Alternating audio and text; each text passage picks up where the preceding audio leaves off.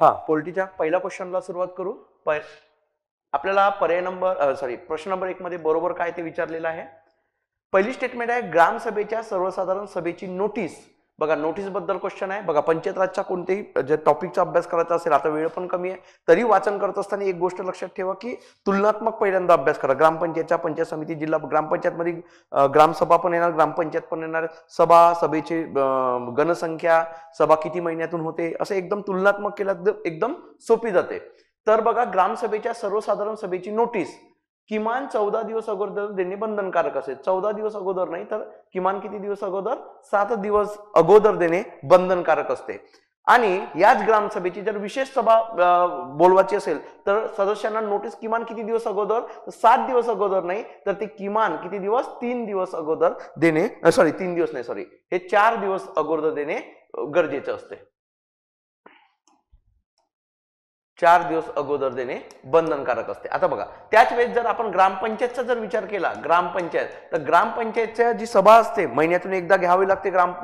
ग्रामसभेची वेगळं आहे, ग्रामपंचायतचं वेगळं आहे. बघा ग्रामसभा ही कायदे मंडळ म्हणून काम करते त्यांच्या गावासाठी, तर ग्रामपंचायत ही प्रशासन म्हणून काम करते, सरकार म्हणून काम करते गावासाठी. तर ग्रामपंचायतची जी काही सभा असेल, सभेची सर्वसाधारण नोटीस आहे, हे किमान 3 दिवस अगोदर देणे आवश्यक आहे. किती? किमान 3 दिवस अगोदर देणे आहे. आणि विशेष सभेसाठी किमान 1 दिवसाची म्हणजे 1 दिवसाआधी नोटीस देणे गरजेचे असते. विशेष म्हणजे सभा म्हणजे काय, अर्जन्सी असेल तर बोलवले जाऊ शकते. ठीक आहे. आणि ग्रामसभेचं लक्षात घ्या किमान 7 दिवस अगोदर देणे आवश्यक आहे. आता सगळ्यात महत्वाचं म्हणजे काय, तर याच्यासाठी जी गणसंख्या असते कशासाठी, तर ग्रामसभेसाठी, तर मिनिमम 15% सदस्य किंवा 100 सदस्य एवढे उपस्थित असणे आवश्यक आहे. किमान 15% किंवा 100 सदस्य. आणि याच्यासाठी काय, ग्रामपंचायतसाठी, तर ग्रामपंचायतसाठी सांगितलेलं आहे का मिनिमम 50% सदस्य उपस्थित असणे बंधनकारक आहे.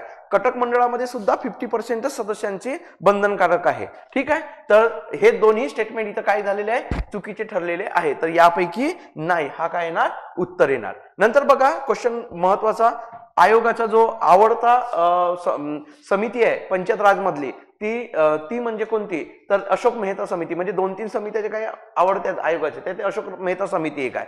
बघा ही अशोक मेहता समिती इम्पॉर्टन्स काय आहे, तरी अशी समिती आहे त्यावेळेची की बिगर काँग्रेस सरकारने स्थापन केलेली आहे. म्हणजे त्यावेळेची जे देसाई सरकार आली होती, मोरारजी देसाई सरकार 1977ला सत्तेवर आणीबाणीच्या कालखंडानंतर, त्यावर आलेली ती सरकार होती. त्या सरकारने जे काही बलवंतराव मेहता समितीच्या शिफारशीवर भारतामध्ये पंडित नेहरूंच्या कालखंडामध्ये भारतामध्ये 3 टायरची म्हणजे 3 टायर काय सुरू झाली होती, पंचायत राज व्यवस्था सुरू झाली होती. ती पंचायत राज व्यवस्था मूल्यमापन करण्यासाठी किंवा पुनर्विचार करण्यासाठी एक समिती स्थापन केली होती 1977ला. ती म्हणजे कोणती आहे, अशोक मेहता समिती. बघा अशोक मेहता समिती इम्पॉर्टंट काय आहे, अशोक मेहता समिती सदस्य लक्षात ठेवा एकूण किती आहे, 14 सदस्य आहेत. आणि एकूण शिफारशी जर आपण विचार केला तर एकूण शिफारशी 132 शिफारशी कोणी दिल्या आहे, या समितीने दिलेल्या आहे. पंचायत राज संबंधी किती, 132 शिफारशी या समितीने दिलेल्या आहे. 1978ला या समितीने आपला काय दिलाय,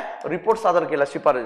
ठीक आहे. तर ही एक समिती अशी होती त्यावेळेची पहिली समिती की बलवंतराव मेहता समितीने जे काही 3 टायर सांगितलं होतं, आणि या समितीने सांगितलं की देशामध्ये 2 टायर असलं पाहिजे, म्हणजे 2 टायर म्हणजे द्विस्तरीय पंचायत राज व्यवस्था असली पाहिजे असं या समितीने सांगितले होते. तर ठीक आहे, या समितीलाच काय म्हटलं जाते, मूल्यमापन समिती. कारण बलवंतराव मेहता समितीनुसार स्थापन झालेल्या जे काही पंचायत राज व्यवस्था होती याचाच मूल्यमापन करण्यासाठी समिती स्थापन केल्यामुळे याला मूल्यमापन समिती असं म्हटल्या जाते. ठीक आहे. म्हणजे पहिली स्टेटमेंट बरोबर आहे. या समितीने 1/3 म्हणजे 1/3 जागा महिलांसाठी राखीव ठेवा असं, तर लक्षात घ्या या समितीनं असं म्हटलेलं नाही आहे 1/3 वगैरे करा. या समितीने हे गोष्ट पहिल्यांदा म्हणजे भारताच्या इतिहासामध्ये पहिल्यांदा एक घटना घडली होती की अशोक मेहता समिती अशी एकमेव समिती त्यावेळेसपर्यंत, बरं त्यावेळेसपर्यंत अशी एकमेव समिती होती त्यावेळेसपर्यंतची की त्या समितीने पहिल्यांदा SC आणि ST ला काही जागा राखीव ठेवा, बा किती टक्के सांगितलेलं नव्हतं, काही जागा राखीव ठेवावं अशी शिफारस केली होती या समितीने. म्हणजे त्यावेळेच्या समितीमध्ये पहिली समिती आहे अशी की ज्या समितीने SC ST साठी काही जागा काय ठेवा, राखीव ठेवा अशा प्रकारची शिफारस केलेली होती. त्यामुळे ही स्टेटमेंट काय झाली, ब इथं चुकीची आहे. नंतरचं बघा स्टेटमेंट नंबर 3, कर्नाटक राज्यात द्विस्तरीय पंचायत राजचा प्रयोग मेहता समितीच्या शिफारशीवरून करण्यात आलेला आहे होता. तर बरोबर आहे, ही जे काही बलवंतराव मेहता समितीच्या शिफारशीच्या आधारावर काय म्हणतोय, पहिल्यांदा 3 टायर व्यवस्था कोणत्या राज्यात सुरू झाली, तर राजस्थान. कारण पंचायत राज हा विषय किंवा स्थानिक स्वराज्य संस्था हा विषय राज्याचा आहे, त्यामुळे राज्यात इथे येणार, तर तो आहे राजस्थान, नागौर जिल्ह्यामध्ये सुरू झाली होती. तर अशोक मेहता समितीने 2 टायर सांगितले. 2 टायर नुसार जी व्यवस्था पहिल्यांदा निर्माण झाली होती ती कोणत्या राज्यात निर्माण झाली होती, कर्नाटक राज्यात निर्माण झाली होती 1984 ला. महाराष्ट्र असा हा राज्य आहे की या राज्यामध्ये कधीही अशोक मेहता समितीच्या शिफारशी स्वीकारण्यात आलेल्या नव्हत्या, म्हणजे लागू होण्याचा प्रश्न होता महाराष्ट्र राज्यामध्ये. ठीक आहे. आणि लक्षात ठेवा, ते झालं राजस्थानचा. आणि 73वी 74वी घटना लागू झाल्यानंतर, म्हणजे 73वी घटना लागू झाल्यानंतर पहिल्यांदा ती व्यवस्था लागू करणारं राज्य होतं MP, मध्य प्रदेश. हे एवढं फक्त 2-3 स्टेटमेंट इथं लक्षात ठेवा. म्हणजे क इथं बरोबर आहे.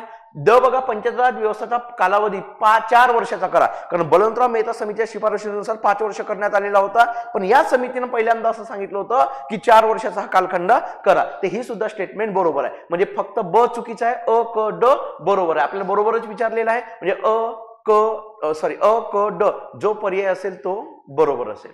ठीक आहे. इथं ऑप्शनच नाही, ते चुकीचं वाटलंच मला. अ क ड. ठीक आहे.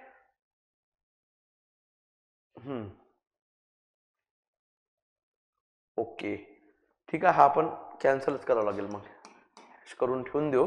ठीक आहे. ओके. नंतर क्वेश्चन नंबर 3. क्वेश्चन नंबर 3 बघू आपण. खालील विधाने विचारात घ्या. बघा, विधान परिषदेसंबंधित आहे. बघा, जर कंबाईनचा अभ्यास थोडासा करतो म्हणलाय तर एक गोष्ट खूप महत्वाची आहे की राज्यपाल, राज्य विधिमंडळ हे जे काही पार्ट आहेत आपल्या पॉलिटीमधल्या, याच्यावर बरोबर आयोग काय करतो, कंबाईनला फोकस करतो. तर बघा, प्रश्न बघा, विधान परिषद हे स्थायी सभागृह आहे. तर लक्षात घ्या, परमानंट हाऊस आहे विधान परिषद. राज्यसभा तिकडे, इकडे कोण आहे, विधान परिषद. ही स्टेटमेंट बरोबर आहे. काही नामनिर्देशित सदस्य सोडल्यास, म्हणजे नामनिर्देशित सदस्य विधान परिषदेमध्ये नियुक्त होतात, बरोबर आहे. सोडल्यास विधान परिषदेचे सदस्य अप्रत्यक्षरित्या निवडले जातात, बरोबर आहे. काही अप्रत्यक्ष, म्हणजे काही नामनिर्देशित, म्हणजे 1/6 हे सदस्य काय होतात, नामनिर्देशित होतात. कला, साहित्य, विज्ञान, समाजसेवा आणि महत्वाचा काय असते राज्यांमध्ये, कशामध्ये कोणता एक विषय आहे तर सहकार, म्हणजे या याच्यामधून काय केले जाते, नॉमिनेट केले जाते. आणि जे काही उर्वरित सदस्य आहेत ते अप्रत्यक्षरित्या शिक्षक मतदारसंघातून, विधान परिषदेचे सदस्य, स्थानिक स्वराज्य संस्था आणि पदवीधर मतदारसंघ अशा विविध क्षेत्रामधून विधान परिषदेमध्ये काय अप्रत्यक्षरित्या निवडून दिल्या जातात. तर हे स्टेटमेंट सुद्धा काय आहे, बरोबर आहे. अरे बरं राहिलाय. राज्यपाल विधान परिषद पदसिद्ध अध्यक्षता. तर राज्यपाल हे विधान परिषद पदसिद्ध अध्यक्ष नसतात. विधान परिषद आपल्यामधून एकाची, विधान परिषदेचे काय म्हणून, चेअरमन म्हणून एकाची काय केली जाते, निवड केली जाते. पण आपण राज्यसभेच्या बाबतीत बघितलं तर राज्यसभेचे जे चेअरमन असतात हे पदसिद्ध चेअरमन जे कोण असतात, भारताचे व्हाईस प्रेसिडेंट असतात. पण जेव्हा व्हाईस प्रेसिडेंट म्हणून नियुक्त होतात तेव्हा ते काम कोणाचा करतात, चेअरमन म्हणून करतात. चेअरमन म्हणून असताना ते उपराष्ट्रपती म्हणून काम करू शकतात का, नाही, हे लक्षात ठेवा. ठीक आहे. तर हे स्टेटमेंट काय आहे, चुकीची. अ आणि क फक्त काय आहे, बरोबर आहे. चला, नंतर क्वेश्चन नंबर आपण 4 बघू.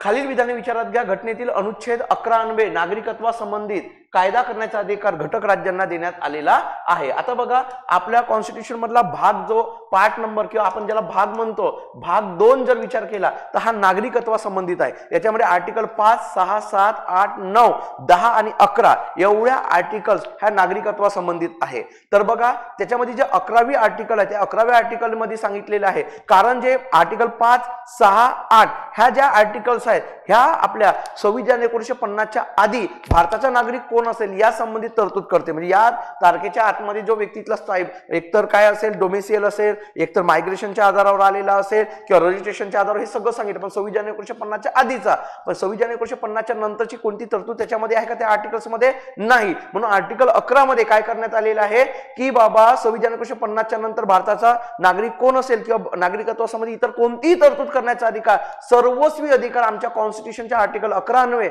आम्ही कोणाला देण्यात आलेला आहे, भारताच्या संसदेला देण्यात आलेला आहे. कोणाला देण्यात आलेला आहे? भारताच्या संसदेला देण्यात आलेला आहे. आणि संसदेने याच अधिकाराचा वापर करून 1955 ला सिटिझनशिप ऍक्ट म्हणजे नागरिकत्व अधिनियम 1955 हा अधिनियम काय करण्यात आलेला आहे? सहमत करण्यात आलेला आहे. आणि याच्यानुसार तुम्ही बघितले असेल तर 5 प्रकार म्हणजे 26 जानेवारी 1950 नंतर एखाद्या व्यक्तीचा कोणाचाही जन्म झाला असेल तर जन्म न होता बी भारतात नागरिक होण्यासाठी त्यांनी 5 मार्ग सांगितलेले आहे. एक जन्मतत्वाद्वारे, एक वंशतत्वाद्वारे, एक स्वीकृत तत्वाद्वारे, एक रजिस्ट्रेशनच्या पद्धतीद्वारे, नोंदणी तत्वाद्वारे किंवा प्रदेशाचा सामीलीकरणाद्वारे असे 5 पद्धती सांगितण्यात आलेल्या आहे. त्यामुळे हे स्टेटमेंट काय ठरते तर चुकीची ठरते. नंतर बघा ब, अमेरिकेमध्ये केवळ स्वीकृत तत्वाद्वारे म्हणजे नॅचरलायझेशन म्हणतो आपण त्याला, नागरिक असलेली व्यक्ती भारताच्या राष्ट्रपती पदावर पात्र असते. तर नाही, तिथं फक्त कोणत्या तत्वाद्वारे? जन्म तत्वाद्वारे. आणि भारतामध्ये दोन्ही पद्धतीने होऊ शकते, स्वीकृत तत्वाद्वारे पण आणि काय तर या तत्वाद्वारे, कोणत्या? जन्म तत्वाद्वारे. आता बघा स्वीकृत तत्व असा एकमेव तत्व आहे की जो नॅचरलायझेशन म्हणतो आपण की या तत्वानुसार भारतीय म्हणजे कोणत्याही व्यक्तीला भारतात नागरिक व्हायचं असेल, नागरिक नसलेल्या व्यक्तीला, परकीय व्यक्ती कोणी असेल त्याला नागरिक व्हायचं असेल तर त्या व्यक्तीच्या इच्छेपेक्षा कोणाची इच्छा महत्वाची असते? सरकारची. म्हणजे तो एकमेव तत्व असा आहे की सरकार स्वीकृत, म्हणून त्याला स्वीकृत तत्व म्हणले जाते. सरकार स्वीकृत करते. आणि जो काही मागे इश्यू झालेला होता नागरिकत्वासंबंधित कोणता तर तुम्ही पाहिलं असेल सिटिझनशिप अमेंडमेंट ऍक्ट आला होता, या 1955चा कायद्यामध्ये दुरुस्तीसाठी आलेला होता. तर तो जो CAA ज्याला आपण म्हणतो, बरोबर आहे की नाही? CAB होता पहिले बिल, तो CAA, तर तो स्वीकृत तत्वासाठीच आलेला होता हे. तर ठीक आहे, हे सुद्धा स्टेटमेंट काय ठरते? चुकीची. म्हणजे याच्या ठिकाणी काय ठरते? सत्य कोणतं आहे तर यापैकी नाही, म्हणजे एकही याच्या नाही काय सत्य नाही आहे. नंतर 5वा क्वेश्चन बघा, ग्रामपंचायतीस यांच्या परवानगीशिवाय कोणतीही मालमत्ता विक्री, हस्तांतरण, पट्ट्याने ली देणे कोणाच्या अधिकाराशिवाय होत नाही तर जिल्हा परिषदचे कोण? मुख्य कार्यकारी अधिकारी. असे वन लाईनर काही गोष्टी पुस्तकातून वाचण्यापेक्षा क्वेश्चन मधून लवकरात लवकर होऊन जाते, हे लक्षात ठेवा तुम्ही. ठीक आहे. नंतर बघा क्वेश्चन नंबर 6, आयोगाचा आवडता म्हणजे आर्टिकल असते 12-13. घटनेतील अनुच्छेद 12 अन्वये स्टेट या संज्ञेमध्ये म्हणजे या व्याख्येमध्ये खालीलपैकी कोणत्या घटकाचा समावेश होत नाही? बरं बघा, आठल्या घटनेचे जे काही आर्टिकल आहे भाग 3 मध्ये जे आर्टिकल 12 आहे याच्यामध्ये स्टेट नक्की कोणाला म्हणायचं आहे याची डिफाईन केलेलं आहे. म्हणजे संघराज्याची संसद असो, संसदेत दोन्ही सभागृह असो, सरकारचा कार्यकारी मंडळ असो, राज्याचा कार्यकारी मंडळ, राज्याचा विधिमंडळ असो, मला इव्हन सगळ्या सरकारच्या म्हणजे ज्या ऑथॉरिटी असतील ह्या ऑथॉरिटी सुद्धा कशामध्ये येते? स्टेट या डेफिनेशन मध्ये येते. आणि ऑथॉरिटीज नाही, ऑथॉरिटीनुसार जे काही सगळ्यात मोठं ऑथॉरिटीने जे काही आपल्या हे स्थापन केलेले असतील काय काही इन्स्ट्रुमेंट, म्हणजे आता विचार करा पुणे महानगरपालिका हे गव्हर्नमेंट आहे, स्थानिक स्वराज्य संस्था आहे, बरोबर आहे. यानं एक महामंडळ स्थापन केलं समजा PMPL, तर मग लक्षात घ्या हे सुद्धा ऑथॉरिटी झाली. आणि या ऑथॉरिटीची काय झाली आहे? समजा PMT नावाची एक शहरी बस आहे, बरोबर आहे, तर हे PMT इन्स्ट्रुमेंट झाली. हे इन्स्ट्रुमेंट सुद्धा कशामध्ये येते? स्टेट या डेफिनेशन मध्ये येते. एवढी व्यापक कन्सेप्ट हे सर्वोच्च न्यायालयाने आपल्या विविध खटल्यामध्ये सांगितलेले आहे. तर कोणाचा समावेश होत नाही तर संघराज्याचे कार्यकारी मंडळ, कायदे मंडळ, राज्याचा कायदे मंडळ, स्थानिक स्वराज्य संस्था सगळ्यांचा समावेश होते. राज्य विधिमंडळ, नगरपालिका सगळ्यांचा होता. पण सर्वोच्च न्यायालयाने विविध खटल्यामध्ये सांगितलंय की सहकारी सोसायट्या, BCCI आणि काय NCERT यांचा समावेश, या 3 गोष्टी लक्षात ठेवा. या तिन्ही अपवाद आहेत, फक्त या 3च अपवाद आहेत सध्या. आता या तिन्ही गोष्टी काय येत नाही? स्टेट या डेफिनेशन मध्ये येऊ शकत नाही, असं सर्वोच्च न्यायालयाने विविध खटल्यामध्ये आपलं काय केलेलं आहे? नमूद केलेलं आहे. ओके, चला नंतर क्वेश्चन आपण 7वा बघू. बघा, खालील कोणते विधाने अयोग्य आहे ते ओळखा. कॅबिनेट मिशनच्या योजनेनुसार घटना समितीत एकूण 398 सदस्य, तुम्ही माहिती आहे 389 सदस्याची निवड नव्हती. ते काय होती? 389 सदस्य असतील म्हणले. म्हणजे आमची घटना समिती जी कॅबिनेट मिशननी विविध भारताच्या नेत्यांशी चर्चा करून, विविध पक्षांच्या म्हणजे समजा मजूर पक्ष किंवा दलितांचे प्रतिनिधित्व म्हणून डॉक्टर B.R. आंबेडकरांशी चर्चा केली, काँग्रेसचे प्रतिनिधी म्हणून आपण कालच बघितलं त्यांच्याशी चर्चा केली. हे सगळे जे काही सदस्य आहेत यांच्याशी चर्चा विविध प्रांतातील लोकांची चर्चा करून भारताची त्यांनी एक सांगितलं की 10 लाख लोकसंख्येमागे एक सदस्य, यानुसार त्यावेळेची क्षेत्रफळ बघून त्यांनी एकूण सांगितले 189 एवढे घटना समितीत काय असतील, सदस्य असतील. निवड नाही सांगितले आणि त्याच्यापैकी 296 सदस्यांची काय होणार, निवडणूक होणार. आणि त्यापैकी जे काही 93 सदस्य असतील ते जे संस्थानिक असतील त्यांच्या माध्यमातून काय केले जातील, नॉमिनेट करून पाठवल्या जातील. त्यामुळे हे स्टेटमेंट चुकीचे ठरते. संस्थानिकांच्या 92 जागांसाठी निवडणूक घेतल्या जाणार नाही, तर 92 नव्हते, किती, 93 जागांसाठी निवडणूक घेतल्या जाणार नव्हत्या. तर ही स्टेटमेंट सुद्धा काय ठरते, या ठिकाणी आपल्याला चुकीची ठरते. म्हणजे आपल्याला इथं अयोग्य कोणते आहेत, वरील सर्व, म्हणजे दोन्हीही अयोग्य आहे असं आपण म्हणू शकतो. नंतर बघा क्वेश्चन नंबर 8, राज्याच्या धोरणाची मार्गदर्शक तत्वे याबाबत योग्य जोड्या जुळवा. आता एकदम सोपी होता आणि तुम्हाला मी आधी सांगतोय, जसं मी तुम्हाला सांगितलं राज्य विधिमंडळ तसंच गव्हर्नर म्हणलं तसंच आयोगाचा फंडामेंटल राईट्स पेक्षा आवडता DPSP वर असते, फंडामेंटल ड्युटीज वर सर्वात जास्त त्यांचा काय असतो, फोकस असतो. तर या ठिकाणी आपण बघू क्वेश्चन नंबर 8 मध्ये आर्टिकल 40 कशाशी संबंधित आहे, आर्टिकल 40 ही ग्रामपंचायतशी संबंधित आहे. कशाशी, ग्रामपंचायतच्या संघटनाशी संबंधित आहे. तर ठीक आहे. नंतर बघा सगळ्यात 48A हे पर्यावरणाचे संरक्षण, वने, वन्यजीव यांचे संरक्षण दिलेले आहे. मिनिमम हेडिंग तरी पाठांतर करा, रट्टाच मारून ठेवा ते सगळे DPSP, कारण ते पुन्हा पुन्हा चुका होऊ देऊ नका एक गोष्ट. ठीक आहे. तर पर्यावरण आणि त्याचे संवर्धन, आणि तुम्हाला मिनिमम जरी पाठांतर झाले तरी तुमचे पर्याय बरोबर येतात, म्हणजे तुम्ही जवळपास परीक्षेत गेले तरी. ठीक आहे. हा, नंतर आपण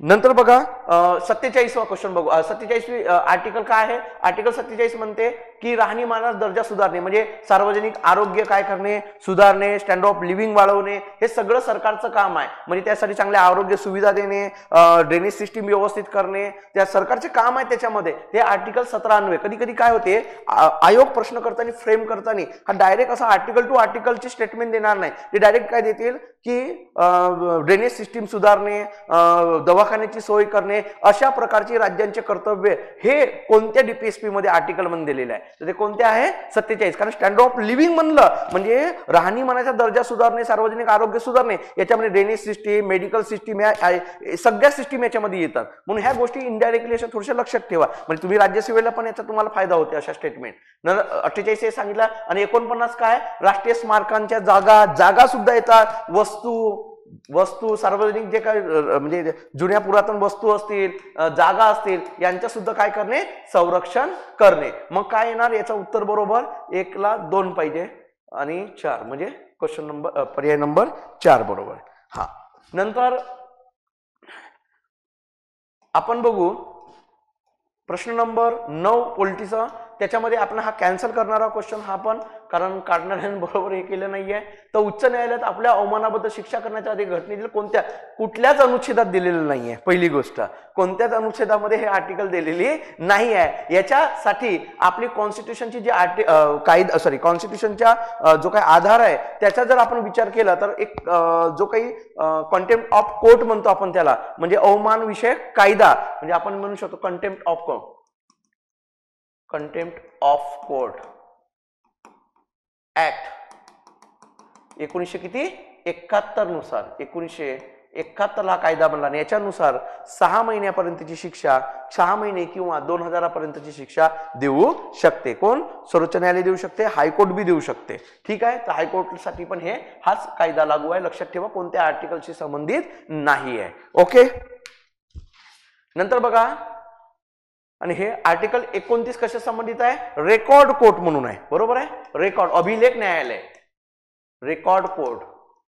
आणि हे कोणाचं आहे, उच्च न्यायालय हे काय असेल, रेकॉर्ड कोर्ट असेल. 215 नुसार, 215 नुसार उच्च न्यायालय रेकॉर्ड कोर्ट असेल आणि 129 नुसार सुप्रीम कोर्ट, भारतात सुप्रीम कोर्ट ऑफ इंडिया हा भारताचा का असेल, रेकॉर्ड कोर्ट असेल. त्यामुळे हा प्रश्न आपल्याला कॅन्सलच करावा लागेल. नंतर क्वेश्चन नंबर 10 बघा, केंद्रीय निवडणूक आयोगाचे मुख्य निवडणूक आयुक्त यांच्याबद्दल खालील प्रकारे कोणते विधान चुकीचे आहे हे लक्षात. पहिल्यांदा बघा, लक्षात घ्या, तुमचे कमीत कमी सिलिंग मिस्टेक करायची असेल तर हा एकमेव पर्याय आहे, पेन हातात घेणे आणि जे काही स्टेटमेंट स्टेटमेंट आहे ते बरोबर ओळ आणि ओळ पेनाची नोक ठेवायची. पहिलाच मुद्दा सांगतो, कारण याच्या तुमच्या जर 10-10, 5-5 चुका होत असतील सिलिंग मिस्टेक, तर या एका कृतीमुळे तुमच्या त्याच चुका एक किंवा 2 वर येऊ शकतात आयोगामध्ये. कारण मेन्सला तुम्हाला याचा खूप फायदा होते मग नंतर, कारण राज्यसेवा मेन्स जेव्हा देत आहे तर तिथं आपल्या क्वेश्चन जर 30-40 चुकत असेल सगळे 4 पेपर मिळून, तर खूप मोठा डेंजर कंडिशन तयार होते. ते नेहमी लक्षात घ्या. काही झालं, प्रत्येक प्रश्न काही असेल तरी ओळ आणि ओळ पेन हातात घ्यायचा आणि त्याला गोल राऊंड मारायचा. त्याला काही करून ह्या गोष्टी पहिले कृतीमध्ये उतरवा. ठीक आहे. केंद्रीय निवडणूक आयोगाच्या मुख्य निवडणूक आयुक्ताबद्दल चुकीचे विधान ओळखा म्हणते. बघा 324 नुसार भारताचे राष्ट्रपती काय करतात, केंद्रीय निवडणूक आयोगाची काय करते, नेमणूक करते मुख्य निवडणूक, आणि राष्ट्रपती संख्या ठरवू शकतात 2 किंवा 3, म्हणजे 1 किंवा 3 पण राहू शकते एकूण. ठीक आहे. त्यांना केवळ उच्च न्यायालयाच्या न्यायाधीशाप्रमाणे पदावरून दूर करता येते. यस, जरी निवड कोण करत असतील भारताचे राष्ट्रपती, तरी त्यांना पदावरून दूर करण्याची प्रक्रिया ही सुप्रीम कोर्ट, हायकोर्ट, कॅग यांना पदावरून जशी दूर केल्या जाते त्याचप्रमाणे त्यांना पदावरून दूर केले जाते विशेष बहुमताने. फक्त कोण करू शकते, भारताची संसद. जोपर्यंत करत नाही तोपर्यंत भारताचे राष्ट्रपती त्यांना पदावरून दूर करू शकत नाही. हे बरोबर आहे. त्यांची नेमणूक भारताचे राष्ट्रपती करतात, बरोबर आहे. ते राष्ट्रपतीच्या मर्जीने पद धारण करतात. वरची स्टेटमेंट जर वरची स्टेटमेंट बरोबर असेल तर हे काय असेल 100% चुकीचं असेल, कारण मर्जीने पद धारणच करू शकत नाही त्यांच्या. ठीक आहे. कारण संसद पदावरून दूर त्यांच्या पदावधी 6 वर्ष किंवा वयाच्या 65 वर्षापर्यंत असतो. लक्षात घ्या, घटनेत जरी स्पष्ट नसेल तरी सर्वोच्च न्यायालयाच्या न्यायमूर्ती प्रमाणे राष्ट्रपतींच्या अधिकाराने तो काय केला आहे, तो कार्यकाळ केला आहे 6 वर्ष किंवा वयाची 65 वर्षे. म्हणजे आपल्याला चुकीचे विचारला म्हणजे आपल्यासाठी उत्तर फक्त कोणतं असेल, 3 नंबरचा उत्तर बरोबर असेल.